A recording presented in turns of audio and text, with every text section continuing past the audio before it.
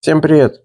Мне от подписчика пришел вопрос по программе «Мой налог». Он спрашивает, чек как-то сам автоматически отправляется покупателю или как его отправлять? Вот хотелось бы показать, как его отправлять. Вот я вошел в программу, вот я составил новую продажу, вот она у меня технические услуги по договору.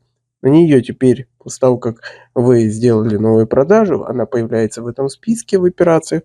Вы нажимаете на нее, и это является вашим чеком. Теперь справа нажимаете кнопку «Отправить» и отправляете в том формате, в каком там принимают.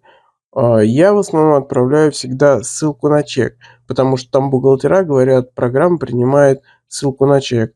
А можете отправить как изображение чека или можете отправить себе на устройство, допустим, а через какое-то время отправить заказчику, там, покупателю. Ну, вот так вот легко отправляется сформированный чек в программе «Мой налог», отправляется заказчику. Ну, а у меня на этом все. Я буду заканчивать. Всем пока, до скорых встреч.